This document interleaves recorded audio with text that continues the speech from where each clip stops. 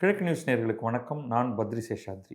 சில மாதங்களுக்கு முன்பு வரை கூட இந்த ஈரான் மீதான போர் வருவதற்கு முன்பு 2 நாடுகளுக்கு இடையேயான வர்த்தக ஒப்பந்தம் அப்படிங்கிறது ரொம்ப பெரிதாக பேசப்பட்டது.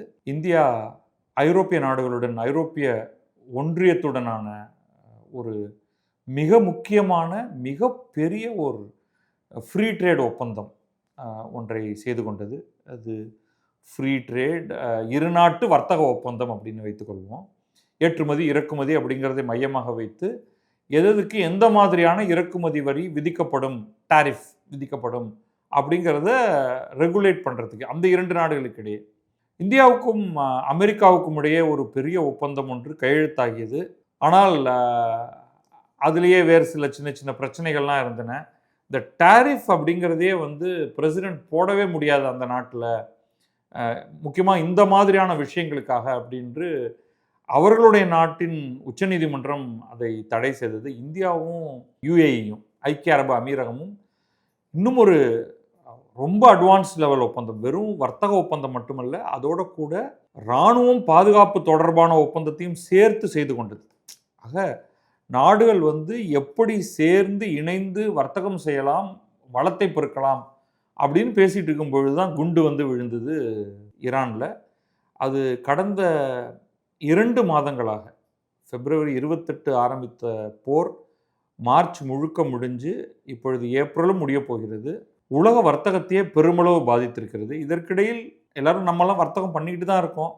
அங்கே சுற்றி உள்ள அந்த வளைகுடா நாடுகள் பெரிய சிக்கலில் இருக்காங்க. உலகம் முழுவதுக்குமே அந்த கச்சா எண்ணெய் மற்றும் இயற்கை எரிவாயு போவதில் சிக்கல் இருக்கிறது. கப்பல் வர்த்தகத்தில் பிரச்சனை இருக்கிறது. ஏன்னா அங்கே ஹார்முஸ் நீரிணைப்பு மூடப்பட்டிருப்பதனால அதன் வழியாக வர்த்தக கப்பல்கள் செல்வதில் பிரச்சனை இருக்கிறது. ஆனாலும் இந்த காலகட்டத்தில் இந்தியாவும் நியூசிலாந்தும் ஒரு ஃப்ரீ ட்ரேட் ஒப்பந்தம், ஒரு வர்த்தக ஒப்பந்தம் ஒன்றை உருவாக்கி இருக்கிறது. இந்த ஒப்பந்தம் ரொம்பவும் சுவாரஸ்யமானது. அதில் சில முக்கியமான பாயிண்ட்ஸ் வருது. இந்த நேரத்தில் அது ஏன் முக்கியத்துவம் பெறுகிறது அப்படிங்கிறத கொஞ்சம் விரிவாகவே அலசுவோம். இது ஒரு நாட்களுக்கு முன்னமேயே இதை பற்றி பேசணும்னு நினச்சிட்டு இருந்தேன். ஆனால் தேர்தல், கருத்து கணிப்பு, எக்ஸிட் போல் அதெல்லாம் நம்ம வேறு திசையில் கொண்டு போயிடுச்சு. இதில் என்ன ரொம்ப சுவாரஸ்யமான விஷயம்னா, பொதுவாக வர்த்தகம் அப்படின்னு வரும்பொழுது குட்ஸ் அண்ட் சர்வீசஸ் வர்த்தகம், அதுலேயும் பெரும்பாலும் பொருள்கள் தான் மையமாக இருக்கும். ஏன்னா பொருள்கள் தான் ஃபிசிக்கலாக ஒரு இடத்துலேருந்து கிளம்பி ஒரு இடத்துல கண்டெய்னரில் கப்பலில் இறங்கி அது வெளியில் எடுக்கும் பொழுது அங்கே கண்ட்ரோல் இருக்குது, கஸ்டம்ஸ் இருக்குது. அப்போ அதில் நீங்கள் டாரிஃப் சார்ஜ் பண்ண முடியும். சர்வீசஸே கண்ணுக்கு தெரியாமல் நடக்கிறது. இந்தியாவிலிருந்து அமெரிக்காவுக்கு சேவைகள் சென்று கொண்டிருக்கின்றன, அமெரிக்காவிலிருந்து இந்தியாவுக்கு சேவைகள் வந்து கொண்டிருக்கின்றன. எப்படின்னா இணையம் வழியாக, வங்கிகள் வழியாக, பல விதங்களில் வருகிறது. அதை எப்படி அதன் மீது ஒரு வரியை சுமத்துவது அப்படிங்கிறதே கஷ்டமானது. அதற்கடுத்து 3வது ஒன்று இருக்குது, லேபர். இந்த பொதுவான இந்த வர்த்தக ஒப்பந்தங்களில் அந்த லேபருங்கிறத நம்ம ஒரு ரொம்ப அடிமட்டமாக ஏதோ கூலி தொழில் செய்பவர்கள் அப்படின்னு நினைத்து கொள்ளாதீர்கள். ஆட்களோட மூமெண்ட், இந்தியர்கள் இன்னொரு நாட்டில் போய் வேலை செய்வது அல்லது அந்த நாட்டைச் சேர்ந்தவர்கள் இந்தியாவுக்கு வேலை செய்வது அப்படிங்கிறத பற்றி பெரிதாக பேச மாட்டோம். ஆனால் இந்த ஒப்பந்தத்தில் அது முதன்மையான ஒரு இடத்தை பெறுகிறது. எதனால் இது முதன்மையானது அப்படின்னா, இந்த நேரத்தில் தான் அமெரிக்காவில் இல்லீகல் இமிகிரேஷன் மட்டுமல்ல, லீகல் இமிகிரேஷனையுமே கட்டுப்படுத்தக்கூடிய பல செயல்பாடுகள் நடந்து கொண்டிருக்கின்றன. அந்த நாட்டின் அதிபர் டொனால்ட் ட்ரம்ப் அவருடைய சோஷியல் மீடியா அக்கௌண்ட்லேயே கண்ணா பின்னான்னு இந்த பர்த் ரைட் சிட்டிசன்ஷிப் என்று சொல்லக்கூடிய ஒரு குடியுரிமையை மிக மோசமான முறையில் பேசக்கூடிய, அதோடு மட்டும் இல்லாமல் இந்தியர்களோ சீனர்களோ சாரியாக இங்கே உட்கார்ந்து விடுகிறார்கள், அப்படியே இங்கே குடியுரிமை பெறுகிறார்கள், வேலைகளை அபகரித்துக் கொள்கிறார்கள் என்ற இந்த ராண்ட், அந்த அவுட்ரேஜ், அதை கொட்டும் ஒருவருடைய வீடியோவை அவர் ப்ரமோட் பண்ணுகிறார், அந்த நாட்டின் அதிபர் டொனால்ட் ட்ரம்ப். இன்னொரு பக்கம் அவர்களுடைய ஹவுஸ் ஆஃப் ரெப்ரசன்டேட்டிவ்ஸ், அவர்களுடைய நாடாளுமன்ற அவையில் இந்த H1B விசாக்களை குறைப்பது, எவ்வளவு விசா கொடுக்குறாங்களோ அந்த எண்ணிக்கையை குறைப்பது, ஒரு 3 ஆண்டுகளுக்கு அதை ஃப்ரீஸ் பண்ணுவது, இதற்கெல்லாம் சட்டம் அறிமுகப்படுத்தப்படுகிறது. அதில் ஒன்றும் வாக்கெடுப்பு நடக்கலை என்றாலும் சட்டம் வருகிறது. அந்த பேக்ட்ராப்பில் நியூசிலாந்து என்னும் ஒரு சின்னஞ்சிறு நாடு, அதோடைய மக்கள் தொகை மிக மிக மிக குறைவு. அந்த நாட்டில் விளையாட்டாக சொல்கிறது வந்து ஒரு மனிதருக்கு 100க்கும் மேற்பட்ட ஆடுகள் மாடுகள் அந்த ஊரில் இருக்குது அப்படின்னு. அந்த ஒரு நாடு முற்றிலும் வேறாக இதை பார்க்கிறது. இந்தியாவிடம் என்னவெல்லாம் பெற முடியும், இந்தியாவுக்கு என்னவெல்லாம் தர முடியும், அதை அடிப்படையாக வைத்து தான் இந்த பேக்ட் ஒன்று உருவாக்கியிருக்காங்க. அதில் சில முக்கியமான விஷயங்களை பார்ப்போம். முதல்ல அதோடைய ஹைலைட் பார்த்தீங்கன்னா, ஹைலைட் ஒரு 2-3 சோர்ஸ்லேருந்து நம்ம எடுக்கிறோம். அதில் சிலதை நான் ஹைலைட் பண்ணுங்கிறதுக்காக அதை முதல்ல சொல்கிறேன். Easier study and work visa, அதுதான் ஃபஸ்ட்டு. என்ன அமெரிக்காவில் பிரச்சனையோ அதுக்கான மாற்றாக தான் இதை பார்க்குறேன். இதன்படி இந்தியாவை சேர்ந்தவர்கள் நியூசிலாந்துக்கு போய் படிக்க வேண்டும் அப்படின்னா விசாவுக்கு தடையே கிடையாது. நீங்கள் எவ்வளோ பேர் வேண்டுமானாலும் வரலாம், வந்து படிக்கலாம் அப்படின்னு சொல்கிறாங்க. Dedicated visa lane for Indian professionals and students.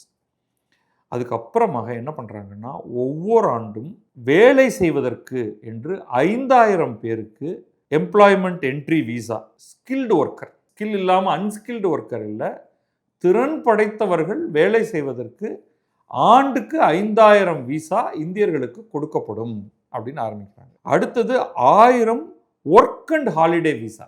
இது என்னன்னா, நீங்கள் ஃப்ளெக்ஸி விசா, நீங்கள் அங்கே வந்து ஊர் சுற்றலாம், கூடவே ஒரு மாதம் வேலை பார்க்கலாம். இளைஞர்களுக்காக it's for travel and job. நீங்கள் அங்கேயே தங்கி வேலையும் செய்து கொண்டு ஊர் சுற்றலாம். இது வந்து இது இந்திய கலாச்சாரத்துக்கு சற்று அந்நியமானது என்றாலும் பல மேலை நாடுகளில் இது சர்வ சகஜம். 12வது முடித்துவிட்டு கல்லூரி போகக்கூடிய அந்த இடைப்பட்ட காலத்தில், அல்லது கல்லூரியில் ஒரு டிகிரி முடித்துவிட்டு மேற்கொண்டு படிக்கவா வேலை பார்க்கவா என்ற ஒரு திட்டம் இன்னும் உறுதியாகாத அந்த காலகட்டத்தில் மாணவர்கள் வேறு ஒரு நாட்டுக்கு 6 மாதம் 1 வருடம் பேக் ட்ரிப் மாதிரி கிளம்பி போவாங்க. கையில் ரொம்ப ஒன்றும் எடுத்துக்கொள்ளாமல் மிக குறைவான பணத்தை எடுத்துக்கொண்டு அவங்க வந்து இங்கிலாந்துலேருந்து ஃப்ரான்ஸுக்கு போகிறது, ஃப்ரான்ஸ்லேருந்து இட்டாலிக்கு போகுது, இந்த மாதிரி எங்கிருந்து வேண்டுமானாலும் இன்னொரு நாட்டுக்கு. அங்கே விசாங்கிறது ஒரு பிரச்சனை இல்லை. அந்த நாடுகள்லாம் நீங்கள் எளிதில் போயிடலாம். போயிட்டு உங்களுக்கு வந்து பணம் அவங்க அப்பா அம்மா கொடுக்க போகிறது இல்லை. நீங்கள் அங்கே போய் ஏதோ ஒரு ரெஸ்டாரண்ட்டில் வேலைக்கு சேர்ந்துக்கிட்டு ஏதோ சம்பாதிச்சுட்டு ஏதோ ஒரு இடத்துல தங்கி கொண்டு சாப்பிட்டு இன்னொரு கலாச்சாரத்தை புரிந்து கொள்வது சும்மா எய்ம்லெஸ்ஸாக. இன்றைக்கி இந்திய மாணவர்கள்ட்ட அவர்களுடைய பெற்றோர்கள்ட்டலாம் இதை நீங்கள் சொன்னீங்கன்னா பெற்றோர்கள் வந்து உங்களை அடிக்க வந்துடுவாங்க. இந்த மாதிரி உங்கள் பையனை ஒரு வருடம் அப்படியே சும்மா சுற்றிட்டு வரட்டும்னு விடுங்களேன் அப்படின்ட்டு. நம்மெல்லாம் ரொம்ப ஃபோக்கஸ்டு. படித்த உடனே வேலைக்கு போ, வேலைக்கு போன உடனே சம்பாதிச்சு கல்யாணத்தை பண்ண உடனே குழந்தை பெற்றுக்கோ, வீடு கட்டு, அப்படியே டக்குன்னு போயிட்டுருப்போம். அந்த மாதிரி இல்லை.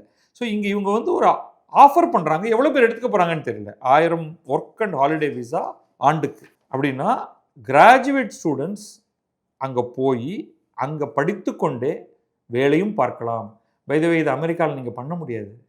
இங்கிருந்து நீங்கள் நான் வந்து அமெரிக்காவுக்கு நான் வரேங்க, எனக்கு பைசா கிடையாது, நான் அங்கே உங்களுடைய மெக்டானல்ஸில் வந்து தட்டு கழுவுற வேலையை பண்ணிவிட்டு அப்படியே ஒரு பார்ட் டைமாக படிக்கிறேன் அப்படின்னா சாரி வராதிங்க அப்படின்னு சொல்லிடுவாங்க. You not allowed. நீ வந்து இவ்வளவு பணம் இருக்கிறதான்னு வங்கியில் உங்களுடைய பணத்தை காண்பித்ததுக்கு பிறகு தான் உங்களுக்கு விசாவே தருவேன். ப்ளஸ் இந்த விசாவில் நீங்கள் வேலை செய்ய முடியாது அப்படின்னே போட்டிருப்பாங்க. அதிகபட்சமாக நீங்கள் இருக்கிற கேம்பஸில், அந்த யூனிவர்சிட்டியில், லைப்ரரியில் இந்த மாதிரி இடங்களில் வேலை பார்க்கறதுக்கு ஒரு அனுமதி இருக்கும். அந்த கேம்பஸுக்கு விட்டு வெளியில் போய் நீங்கள் வேலையை பார்க்கக்கூடாது, இல்லீகல். ஸோ இந்த மாதிரியான சுச்சுவேஷனில் இங்கே பார்த்தீங்கன்னா நீங்கள் வந்து இங்கே வேலையும் செய்யலாம், சும்மா சுற்றியும் பார்க்கலாம், மேற்கொண்டு சைடில் படிக்கவும் செய்யலாம் அப்படிங்கிற ஒரு ஃப்ளெக்சிபிள் விசாவை உங்களுக்கு கொடுக்குறார்கள். இதை வந்து கிளியராக இந்தியா நெகோஷியேட் பண்ணியிருக்கு அப்படின்னு நல்லா தெரியுது. ஓகே, பொதுவாக வந்து இந்த 2 நாடுகளுக்கு இடையான வர்த்தக ஒப்பந்தத்தில் இதெல்லாம் இருக்காது. அதுக்கப்புறமா என்னென்னா, நீங்கள் படித்து முடித்ததற்கு பிறகு உங்களுக்கு எவ்வளவு நாளைக்கு நீங்கள் அங்கே இருக்க முடியும் அப்படிங்கிறதுக்கு இப்போ இதுவும் இன்னொரு பிரச்சனை அமெரிக்காவில் நடந்துகிட்டு இருக்கு. நீங்கள் படிக்க போகிறீங்க, படித்து முடிச்சிடுறீங்க, உங்கள் செலவில் படித்து முடிச்சிடுறீங்க, உடனே நீங்கள் படித்து டிகிரி வாங்கிட்டீங்கன்னா உங்களுடைய விசா அதோட முடிஞ்சு போயிடுது. நீங்கள் திரும்பி வரணும். நீங்கள் அதை வந்து ப்ராக்டிக்கல் எக்ஸ்பீரியன்ஸ் அப்படின்னு நீங்கள் அதை வந்து ஒரு வருடத்துக்கு கொஞ்சம் எக்ஸ்டெண்ட் பண்ணிக்க முடியும் இன்றைக்கு அமெரிக்காவில். அந்த நேரத்தில் நீங்கள் ஏதாவது வேலையை தேடிக்கொள்ளலாம். ஆனால் உங்களுடைய விசா கேட்டகரி மாறும். இப்பொழுது இந்த அறிமுகப்படுத்தப்பட்டிருக்கக்கூடிய இந்த பில் ஒன்று ஹவுஸ் ஆஃப் ரெப்ரசன்டேட்டிவ்ஸில் அதில் இதை நீக்க வேண்டும் என்று பேசுகிறார்கள். மாறாக இங்கே நியூசிலாந்து வந்து இதை ஊக்கப்படுத்துகிறது. எப்படின்னு பாருங்கள், நீங்கள் ஒரு ஸ்டெம் டிகிரி, ஸ்டெம்னா science, technology, engineering and medicine, இந்த துறைகளில் நீங்கள் படிச்சீங்கன்னா உங்களுக்கு படித்து முடித்ததற்கு பிறகு 3 ஆண்டுகள் வேலை தேடி உங்களுக்கு வேலை கிடைக்குங்கிறதுக்கெல்லாம் யாரும் உத்தரவாதம் கொடுக்க முடியாது. ஆனால் நீங்கள் 3 ஆண்டுகள் நீங்கள் வந்து வேலை பார்க்கறதுக்கு அனுமதி கொடுக்கப்படுகிறது. உடனே படித்து முடிச்சுட்டு கிளம்பு வீட்டுக்கு போன்ட்டு. இதே பக்கத்து நாடான ஆஸ்திரேலியாவில் நீங்கள் படிப்பதற்கு போனால் படிக்க மட்டும்தான் முடியும். வேலை தேடி வேலை அதுக்குள்ளே வேலை கிடைத்து விசா மாறினால் தான் நீங்கள் இருக்க முடியும். வேற நியூசிலாண்டில் உங்களுக்கு வந்து அதை அலோவ் பண்ணுறாங்க, நீங்கள் இருந்து தேடி வேலை பார்த்துக்கணுன்ட்டு. நீங்கள் பிஹெச்டி பண்ணிட்டீங்கன்னா இதே இது உங்களுக்கு 4 ஆண்டுகள். ஸ்டூடெண்ட்டுக்கு கேப்பே கிடையாது. அதாவது வந்து எவ்வளவு பேர் வேணாலும் படிக்கிறதுக்கு அங்கே உங்களுக்கு ஒரு காலேஜில் இடம் கிடைக்குதுன்னா உங்களுக்கு விசா உடனடியாக கொடுக்கப்பட்டுவிடும். அதுக்கான கட்டணம் கட்டுறதுக்கான கேப்பபிலிட்டி உங்களுக்கு இருந்தால் போதும். ஸோ இது எல்லாம் என்ன உங்களுக்கு கொடுக்குதுன்னா, எதெல்லாம் அமெரிக்காவில் இப்பொழுது சாத்தியம் குறைவாக போகின்றதோ அல்லது சாத்தியமே இல்லாமல் போக போகிறதோ அதை நியூசிலாந்து முன் வந்து நான் தரேன், நீங்கள் வாங்க படிங்க, படிச்சுட்டு வேலை தேடுங்க, வேலை தேடி கிடைச்சா இருங்க, நாங்கள் வரவேற்கிறோம் அப்படின்னு சொல்கிறாங்க. சம் லிமிட் ஆன் நம்பர்ஸ் இருக்குது, இல்லைன்னா இந்தியா முழுக்க அங்கே போய் உட்காந்துரும். அது ரொம்ப சின்ன நாடு, வாய்ப்புகளும் குறைவு. ஆனால் அவர்கள் வந்து இந்தியர்களை வரவேற்க தயாராக இருக்கிறார்கள் அப்படிங்கிறது தான் இதில் ரொம்ப ரொம்ப முக்கியம். ஸோ நீங்கள் ஒரு மாணவராக இப்போ உங்களுக்கு வந்து அமெரிக்கா போகிறீங்களா நியூசிலாந்து போகிறீங்களான்னா, இன்றைக்கு ஒரு மாணவர் நியூசிலாந்து போகிறதை அதிகமாக விரும்ப பாசிபிலிட்டி இருக்குது. ஏன்னா 2 இடத்துலையும் செலவு பண்ணி தான் படிக்கணும். நியூசிலாண்டில் குறைவான செலவாகும். படித்து விட்டு வேலை தேடலாம், வேலை கிடைத்தால் அங்கேயே இருக்கலாம், சில ஆண்டுகள் இருக்கலாம், அதுக்கப்புறம் விசா ஸ்டேட்டஸ் மாறி குடியுரிமை பெறலாம். இதுக்கெல்லாம் பாசிபிலிட்டி இருக்குது. ஸோ இது வந்து ஒரு மிகப்பெரிய ஒரு அட்வான்டேஜ். கூடவே அவங்க வந்து என்ன சொல்கிறாங்கன்னா, என்னென்ன கேட்டகரியெல்லாம் இன்க்ளூட் பண்ணியிருக்காங்கன்னா, வெறும் ஐடி அண்ட் என்ஜினியரிங் ரொம்ப ஆப்வியஸ். பட் அவங்க இன்க்ளூட் பண்ணியிருக்கக்கூடிய கேட்டகரிஸ்னு பார்த்தீங்கன்னா, இந்த கேட்டகரி எங்கே வருது அப்படின்னா ஸ்கில்டு ஒர்க்கர்ஸ் அப்படின்னு சொல்கிறாங்க இல்லையா, அதில் என்னென்ன ஸ்கில்லெல்லாம் அவங்க சேர்த்துக்கிறாங்கன்னா, even AYUSH practitioner, health care எடுத்துக்கிறாங்க. ஹெல்த் கேரில் usually nurses, but AYUSH practitioners, yoga instructors, இவர்களும் கூட நியூசிலாண்டுக்கு போகிறதுக்கு ஸ்கில்டு ஒர்க்கர் விசா கேட்டகரியில் போகிறதுக்கு வாய்ப்பு இருக்குது. இதெல்லாம் வந்து முக்கியமான ஒரு விஷயமாக மாறுகிறது. அப்புறம் வந்து படித்து கொண்டே வேலை பார்ப்பது, அதில் நம்ம ஏற்கனவே சொல்லிட்டோம். ஸோ அதுவும் வந்து ஒரு பெரிய ஒரு அட்வான்டேஜ். பணம் கொஞ்சம் குறைவாக இருப்பவர்கள் ஏதாவது ஒரு காலேஜில் இடம் கிடைச்சிருது, ஆனால் அங்கே போய் வேலையும் பார்த்துட்டு படிச்சுட்டு அங்கே வந்து நீங்கள் ஊபர் ஓட்டலாம், அந்த மாதிரி என்ன வேணாலும் பண்ணிக்கலாம். இதை படிப்பில் வந்து ரொம்ப ரொம்ப முக்கியமான விஷயம். வேறு சில விஷயங்கள் பார்ப்போம். முக்கியமாக வந்து ஒரு வர்த்தக ஒப்பந்தமே பொருட்களை விற்கிறதுக்கு தான். ஸோ அப்படி பார்த்தா 2 நாடுகளுக்கும் இடையான வர்த்தகத்தை இது எவ்வாறு மாற்றும் அல்லது ஊக்குவிக்கும் அப்படின்னு பார்ப்போம்.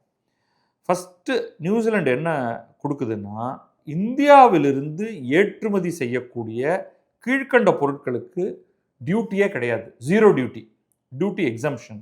டெக்ஸ்டைல்ஸ், லெதர், ஃபுட்வேர், ஸோ துணி வகைகள், தோல் வகைகள், காலனி, ஷூ அந்த மாதிரியானது, ஃபார்மசூட்டிக்கல், எல்லா விதமான மருந்துகளையும் நீங்கள் அவங்களுக்கு எக்ஸ்போர்ட் பண்ணலாம், ஏற்றுமதி பண்ணலாம். No tax, no customs duty.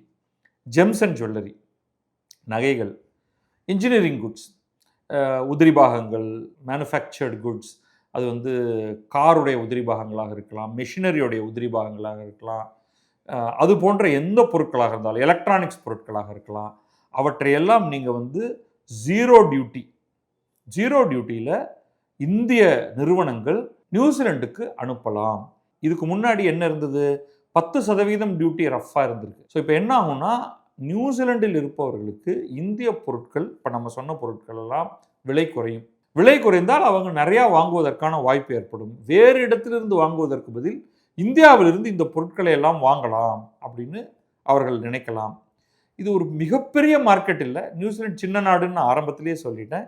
இருந்தாலும் இது முக்கியத்துவம் பெறுகிறது. அடுத்தது அப்புறம் மறுபக்கம் என்ன வரப்போகுது, இந்தியாவிலிருந்து நியூசிலாண்டுக்கு போகிறது இது, நியூசிலாண்டுலேருந்து இந்தியாவுக்கு என்ன நாம் இறக்குமதி பண்ணலாம், அதுக்கு என்ன மாதிரியான இறக்குமதி வரி இருக்கும் அப்படின்னா கிட்டத்தட்ட 95% நியூசிலாண்டில் உற்பத்தி ஆகும் பொருட்களுக்கு இந்தியா வருவதற்கு 0 டியூட்டி ஓவர் டைம். இங்கே நியூசிலாந்து என்ன பண்ணிருச்சு, உடனடியாகவே 0 டியூட்டி சொல்லிருச்சு. இந்தியா வந்து படிப்படியாக பண்ணுறோம் அப்படிங்கிறது. ஏன்னா இந்தியாவுக்கு எப்போவுமே ஒரு சின்ன பயம் இருக்குது. நீ கொடுக்குறையா ஒரு பொருளை, அவன் 0 டேக்ஸ்க்கு எடுத்துக்கிறாயா, அப்போ அவன் பதிலுக்கு ரெசிப்ராசிட்டின்னு ஒன்று இருக்கு இல்லையா அப்படின்ட்டு சில பொருட்களை பண்ணியிருக்கோம். இதுக்கு நம்ம விவசாய விரும்பிகள் என்ன சொல்கிறாங்கன்னு பார்ப்போம். ஃப்ரூட்ஸ், பழங்களை இறக்குமதி பண்ணலாம், டாக்ஸ் கிடையாது. இதுக்கு ஆப்பிளுக்கு கிவி ஃப்ரூட்டுன்னு, கிவின்னு அந்த நாட்டுக்கான ஸ்பெஷல் ஃப்ரூட். அது நம்ம ஊர்க்காரங்களுக்கு அவ்வளோ தூரம் பிடிக்கும்னு தெரியல. கொஞ்சம் புளிப்பாக இருக்கும், முசு முசுன்னு ஒரு கம்பளி பூச்சி மாதிரி இருக்கும் பார்க்குறதுக்கு. அதுக்காக சாப்பிடாம விட்டுறாதீங்க, நல்லாயிருக்கும். ஆப்பிள், நம்ம உலகத்தில் பல இடங்கள்லேருந்து ஆப்பிள் வாங்குகிறோம். நம்ம ஊரில் ஹிமாச்சல் பிரதேஷ்லேயும் காஷ்மீர்லேயும் ஆப்பிள் பண்ணுறாங்க. சீ ஃபுட், டின்னில் அடைக்கப்பட்ட ஃப்ரெஷ் கேட்செல்லாம் கஷ்டம். கடல் வாழ் உயிரினங்கள் உணவுக்காக மீன், பல்வேறு மீன் வகைகள், நண்டு போன்ற வகைகள் எல்லாம். அடுத்தது உல். நியூசிலாந்து ரொம்ப புகழ் பெற்றது இந்த உல் தான். கம்பளி, ஆட்டின் ரோமத்தை எடுத்து அதிலிருந்து நெய்யக்கூடிய கம்பளியில் உலகத்திலேயே டாப் லெவலில் இருக்கக்கூடிய ஒரு நாடு நியூசிலாந்து. இந்தியாவில் அது ரொம்ப குறைவாக உல் நடந்துக்கிட்டு தான் இருக்குது. ஆனால் நியூசிலாந்து உல் குவாலிட்டிக்கு வரவே வராது. ஸோ அந்த நியூசிலாந்து உல் இந்தியாவுக்குள் டாரிஃப் இல்லாமல் வரலாம். மரங்கள், இது இந்தியாவுக்கு பல விதங்களில் உபயோகப்படும். ஏன்னா இந்தியா டிராபிக்கல் ரீஜனில் இந்தியாவில் கிடைக்கக்கூடிய மரங்களுக்கும் நியூசிலாண்டில் கிடைக்கக்கூடிய மரங்களுக்கும் நமக்கு மரம் அது ரினியூவபிள் சோர்ஸ் தான். இருந்தாலும் ஒரு லார்ஜ் ஸ்கேல் மரம் கறி, இது வந்து அங்கே ஆஸ்திரேலியா நியூசிலாந்து ரெண்டு இடத்துலையுமே மைன் இருக்குது. இந்தியாவுக்கு கறி, இன்னும் உலகத்தில் கரியை பயன்படுத்தக்கூடிய நாடுகளில் ஒன்றாக இந்தியா இருக்குது. அடுத்து ஸ்டீல், அலுமினியம் போன்றவற்றையெல்லாம் அவர்கள் வந்து இந்தியாவுக்கு அனுப்ப போகிறார்கள். அதோடைய ப்ரொடக்ஷன் ரொம்ப பெருசு கிடையாது. இந்தியாவுக்கு இது எல்லாமே தேவை. இதெல்லாம் வரப்போகிறது டாக்ஸ் ஆல்மோஸ்ட் நில் டாக்ஸில். ஆனால் இந்தியா வந்து சிலதை ப்ரொடெக்ட் பண்ண பார்க்குது. என்ன? பால் டெய்ரி பால் வகைகள் அப்படின்னு வச்சுப்போம். பால், சீஸ், அந்த மாதிரிலாம். சுகர், இதுவும் வந்து நம்ம விவசாயிகளை காப்பாற்றணும் அப்படிங்கிறதுக்காக தான். எடிபிள் ஆயில், இது தேவையே இல்லை என்னை பொறுத்த வரைக்கும். ஏன்னா நம்ம பொறுத்த வரைக்கும் நம்ம வந்து எண்ணெய் வித்துக்களை மிகவும் குறைவாக பயிர் செய்கிறோம். நம்ம நாட்டுக்கு தேவையான அளவுக்கு எண்ணெய் வித்துகள் இந்தியா ப்ரொடியூஸ் பண்ணலை. அப்போ அதை வெளிநாட்டிலிருந்து பெறுவதில் என்ன தப்பு இருக்குது? ஸ்பைசஸ், ஆனியன்ஸ், இதெல்லாம் வந்து ப்ரொடெக்ட் பண்ணப்பட்ட வகைகள். என்ன கேட்டால் இது எதுக்குமே நான் வந்து 0 டியூட்டிக்கு போகக்கூடியவன். அப்புறம் நம்ம ஏற்கனவே பார்த்துட்டோம், படிப்பு, வேலை, இந்த மாதிரியான விஷயங்கள்லாம் வந்து நம்ம தெளிவாக ஏற்கனவே பார்த்துருக்கோம். அதனால் அதை ஸ்கிப் பண்ணிடுவோம். இப்பொழுதைக்கு இந்தியா வந்து என்ன அதிகமாக எதிர்பார்க்கிறது என்றால், நியூசிலாண்டை இந்தியாவில் முதலீடு செய்ய சொல்கிறது. நியூசிலாந்து வந்து சுமார் $20 பில்லியன் அடுத்த 15 ஆண்டுகளில் முதலீடு செய்வதாக சொல்லியிருக்கிறார்கள். பார்க்கலாம் அது எப்படி நடக்கிறது அப்படின்ட்டு. இப்பொழுது நடக்கக்கூடிய இரு நாடுகளுக்கு இடையேயான வர்த்தகத்தை $5 பில்லியன் உயர்த்துவது அடுத்த 5 ஆண்டில் அப்படிங்கிறத வந்து ஒரு ஃபோக்கஸ் பண்ணியிருக்காங்க. இது வந்து 5 பில்லியன்கிறது வந்து ரொம்ப பெரிய தொகை கிடையாது. ஆனாலும் ஒரு டைவர்சிஃபை பண்ணுறதானே, உங்களுக்கு ஒரு எக்ஸ்ட்ரா மார்க்கெட் இருக்கிறது அப்படிங்கிறது வந்து அவசியம் தானே. அதனால அது ஒரு முக்கியம் அடைகிறது. அதுக்கப்புறமா நிறையா எம்எஸ்எம்இ செக்டர்ஸ்க்கெலாம், ஏன்னா மெஷினரிஸ், மெஷின் பார்ட்ஸ், உதிரி பாகங்கள் அப்படின்னா இந்தியாவை சேர்ந்த பலவேறு எம்எஸ்எம்இ நிறுவனங்களுக்கு மிகப்பெரிய வாய்ப்பு இதனால் உருவாக்கப்படும். ஸோ இது எல்லாமே வந்து இந்த பைலாட்ரல் ஒப்பந்தத்தினால கிடைக்கக்கூடிய வாய்ப்புகள். இது எனக்கு ஏன் இது பிடிச்சிருக்குன்னா, முன்ன யோசிக்கும் பொழுது பொருட்களுடைய ஏற்றுமதி, இறக்குமதி அப்படிங்கிறத மட்டும் பேசிட்டு விட்டுடுவாங்க. இப்போ அதை தாண்டி எங்களுடைய மாணவர்களுக்கான வசதிகள் நீங்கள் என்ன பண்ணி தரீங்க, எங்களுடைய மாணவர்கள் அங்கே வந்தாங்கன்னா அவர்கள் வேலை செய்வதற்கான வாய்ப்புகளுக்கு என்ன நீங்கள் கொடுப்பீங்க, நீங்கள் எங்கள் நாட்டில் எவ்வளவு முதலீடு செய்வீர்கள் போன்ற மற்ற பலவற்றையும் சேர்த்து ஒரு காம்ப்ரிஹென்சிவ் ஒப்பந்தமாக செய்கிறார்கள். சில ப்ரொடெக்ஷன்ஸ் இருக்குது. லாங் டேர்ம் நம்ம இந்த ப்ரொடெக்ஷன்ஸ் எல்லாத்தையும் நீக்கணும். அதுதான் நம்முடைய நாட்டுக்கே நல்லது அப்படின்னு நான் நினைக்கிறேன். பட் இது ஒரு பாராட்டப்பட வேண்டிய, ஒரு வரவேற்கப்பட வேண்டிய ஒன்றாக நான் பார்க்கிறேன். நன்றி, வணக்கம். நான் பத்ரி சேஷாத்ரி. இது கிழக்கு நியூஸ்.